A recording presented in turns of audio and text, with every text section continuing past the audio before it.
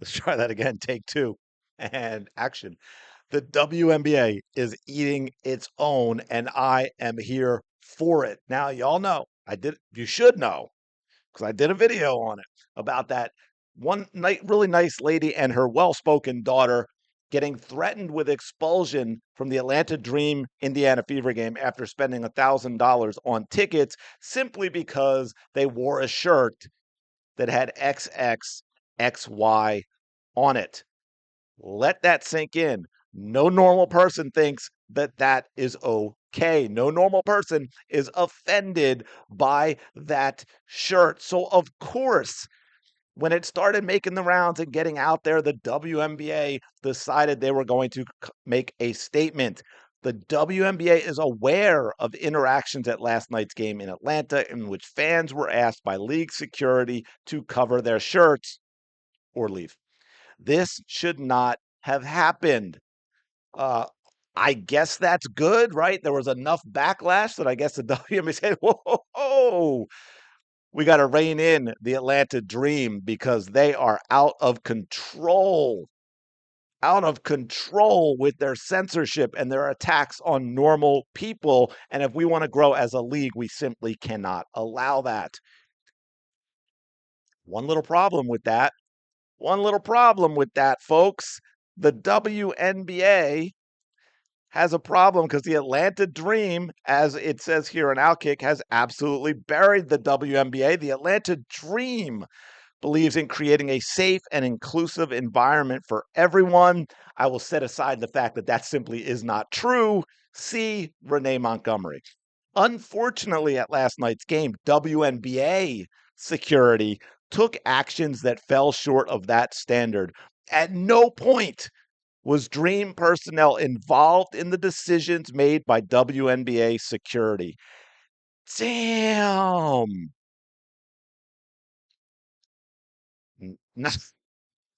Knockout blow. Finish him. The league issued this statement earlier today. The WNBA is aware of interactions at last night's game in Atlanta in which fans were asked by league security to cover their shirts. This should not have happened. Wow. So the WNBA sort of made it seem like this was an Atlanta Dream thing. The Atlanta Dream said, hold on. Ho, ho. Speaking of ho, ho, ho, Violent Night 2 will be coming out later this year. Uh, we didn't do this. You did this. And so, of course, now we've got eating their own, folks. They're eating their own. They're all in a panic. They don't know what to do. They're flustered. They are absolutely at a loss as to handle normal sports fans being involved in the league. They've never had to worry about that. It's always been this absolutely unhinged little club where they do and say whatever they want and they get away with it because there are no normal people paying attention to them.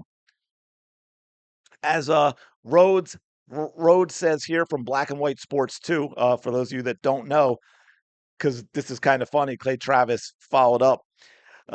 Clay said the WNBA's Atlanta Dream blames security for demanding a mom and daughter cover their XXXY gear.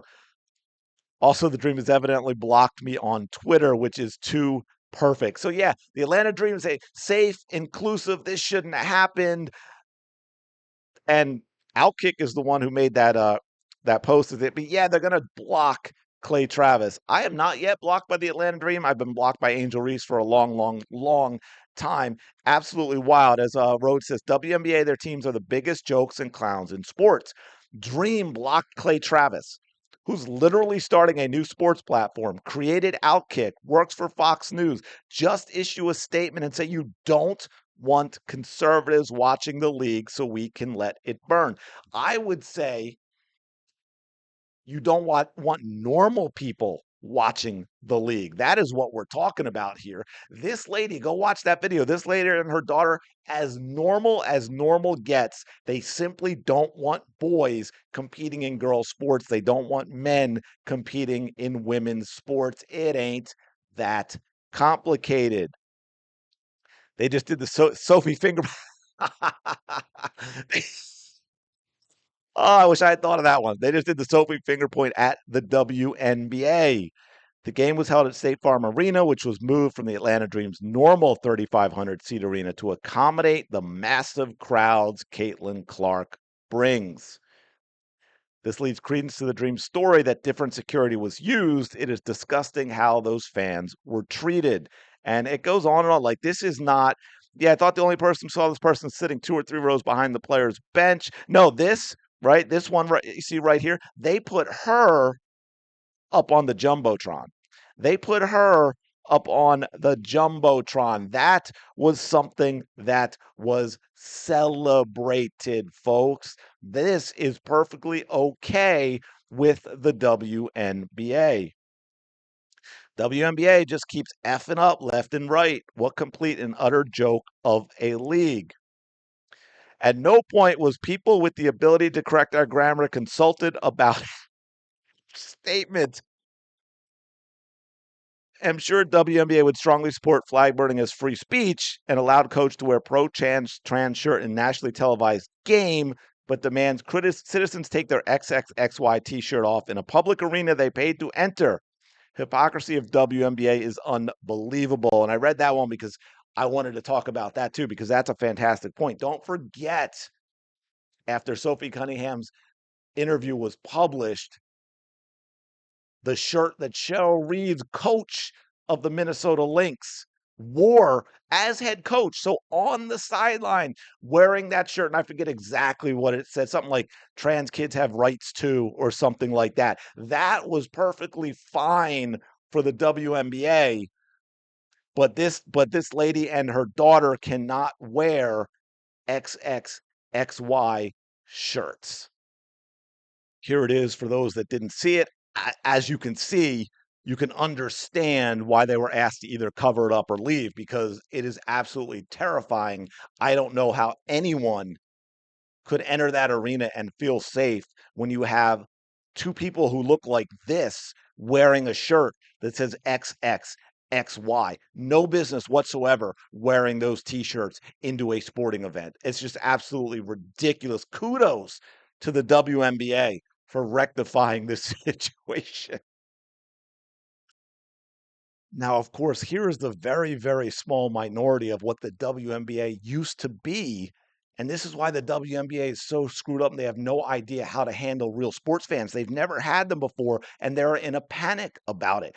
It's crazy how MAGA, again, this is like an 80-20, 90-10 issue in America. MAGA has literally zero to do with it. But anyway, it's crazy how MAGA turned the most progressive sports league in the world into this garbage. Now WNBA teams are apologizing for defending their trans fans and pandering to losers who don't even like the sport. Trans rights matter more than MAGA chuds once. I don't even know where to begin to unpack the unhinged lunacy here. This is someone who belongs in an insane asylum. Again, apologizing for defending their fans' rights. No, we're talking about a mother and daughter who wore a shirt that said XXXY on it, being threatened with being kicked out. What does this comment even have to do with anything? This is what I'm talking about. Open the damn asylums. This is someone who belongs in it. What do trans rights matter? Trans rights even have anything to do with this situation? It's zero. It is none. But it's more right here. WNBA is no longer a safe space for the queer community thanks to these right-wing freaks. Again, think about what we are talking about. Apparently, a mother and daughter wearing t-shirts that have chromosomes on them, XX, XY, that makes a space unsafe. How unhinged do you have to be to think that? Lock them up in asylums. It is not, you know what's not safe? Having people like this out on the street. That's what's not safe. But anyway, the WNBA is getting into a serious issue with themselves because they have no idea how to handle any of this. Let me know your thoughts in the comments below. Like, comment, subscribe. I will talk to you later.